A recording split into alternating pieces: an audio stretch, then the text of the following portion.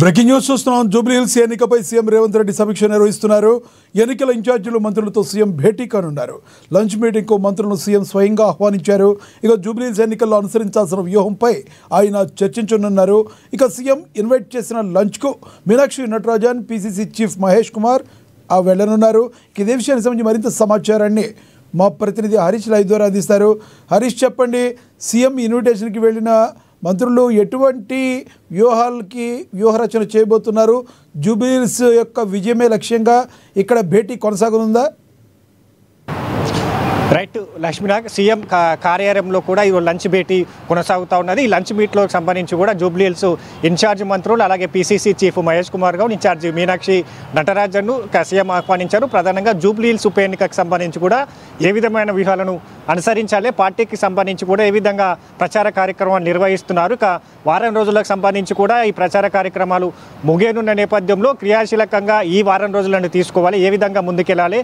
ఇక కాంగ్రెస్ పార్టీ అభ్యర్థి, బలపరిచిన అభ్యర్థి నవీన్ యాదవ్కి సంబంధించి కూడా గెలుపుకు ఏ విధంగా కృషి చేస్తూ ఉన్నారు, కార్యక్రమాలకు సంబంధించి కావచ్చు, సమావేశాలకు కావచ్చు, సభలకు కావచ్చు, రోడ్ షోలకు సంబంధించి కావచ్చు. ఇక పార్టీ ప్రభుత్వం తీసుకొచ్చిన 2 ఏళ్లలో కాంగ్రెస్ ప్రభుత్వం తీసుకొచ్చిన సంక్షేమ పథకాలు డోర్ టు డోర్ ఏ విధంగా తీసుకెళ్తా ఉన్నారు, ఇక ప్రచారాలకు సంబంధించి ఏ విధంగా తీరు కొనసాగుతున్నాయి, అన్ని అంశాలపైన కూడా ఈరోజు చర్చించేందుకు CM Revanth Reddy lunch meet ఏర్పాటు చేశారు. ఈ లంచ్ మీట్ కొనసాగుతున్నది సీఎం నివాసంలో పక్కన సీఎం ఎంపీ కార్యాలయంలో సంబంధించి కూడా ఈ లంచ్ మీట్ కొనసాగుతున్న పరిస్థితి అయితే కనిపిస్తుంది. ముఖ్యంగా ఏదైతే కంటోన్మెంట్ గెలుపు తర్వాత కాంగ్రెస్ పార్టీ జూబ్లీహిల్స్ ఉప ఎన్నిక పైన ఫోకస్ చేసింది, సీరియస్గా తీసుకున్నది.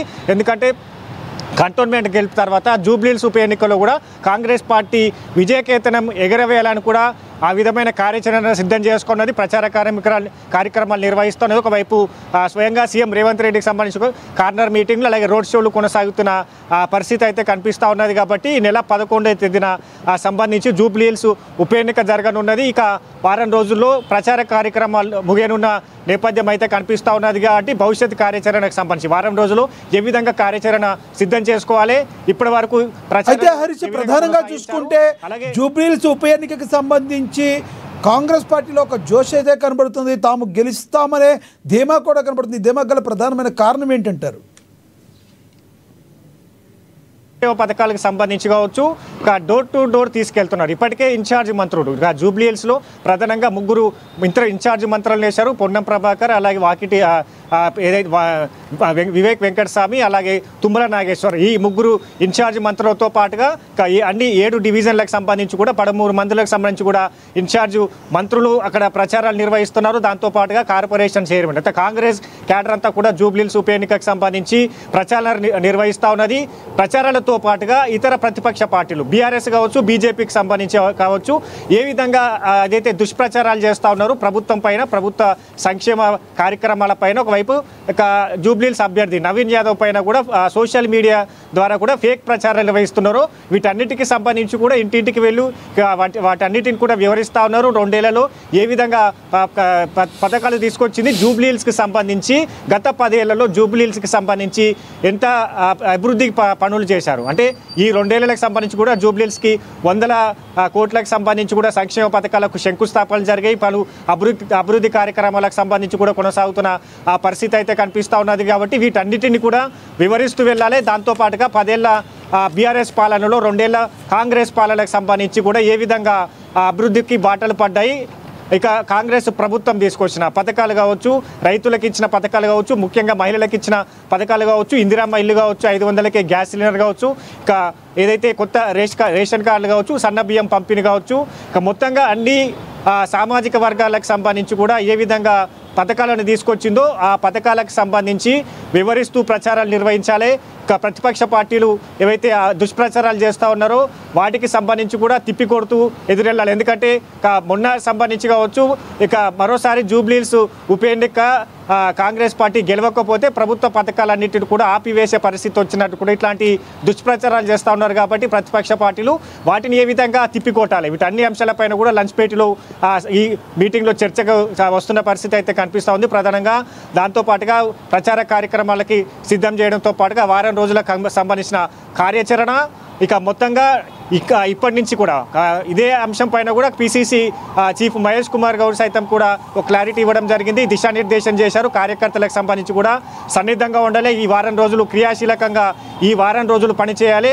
ఎవరైతే బూత్ లెవెల్కి సంబంధించి కూడా వాళ్ళకి బాధ్యతలు అప్పచెప్పాలో వాళ్ళకి సంబంధించి కూడా అక్కడ ఇంటింటికి వెళ్ళి ప్రచారాలు నిర్వహించలే. దాంతోపాటుగా ప్రతిపక్ష పార్టీలు చేస్తున్న తప్పుడు ఆరోపణలు కావచ్చు, తప్పుడు ప్రచారాలు కావచ్చు, వీటన్నిటికి వాళ్ళకు వివరిస్తూ అన్నిటికీ ప్రచారాలకు ముందుండాలి. ఈ క్రియాశీలకంగా ఈ వారం రోజులు వ్యవహరించాలి. ప్రతి కార్యకర్తకు సంబంధించిగా జూబ్లీహిల్స్ ఉప ఎన్నికల్లో కాంగ్రెస్ పార్టీ అభ్యర్థి అలాగే కాంగ్రెస్ పార్టీని గెలిపించే దిశగా కూడా ఈ వారం రోజులు పనిచేయాలని కూడా సూచించారు.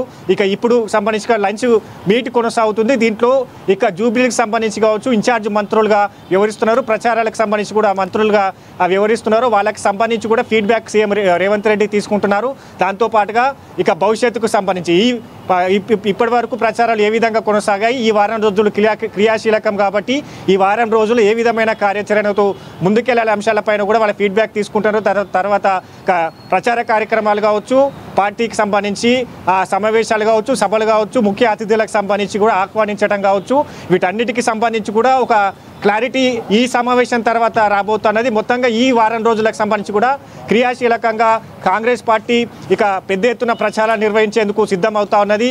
దాంట్లో భాగంగానే ఈ లంచ్ మీట్ ఏర్పాటు చేశాడు సీఎం రేవంత్ రెడ్డి. స్వయంగా మంత్రులను, సీఎం ఇన్ఛార్జ్ను మీనాక్షి నటరాజన్, పిసిసి మహేష్ కుమార్ గౌడ్ను ఆహ్వానించారు.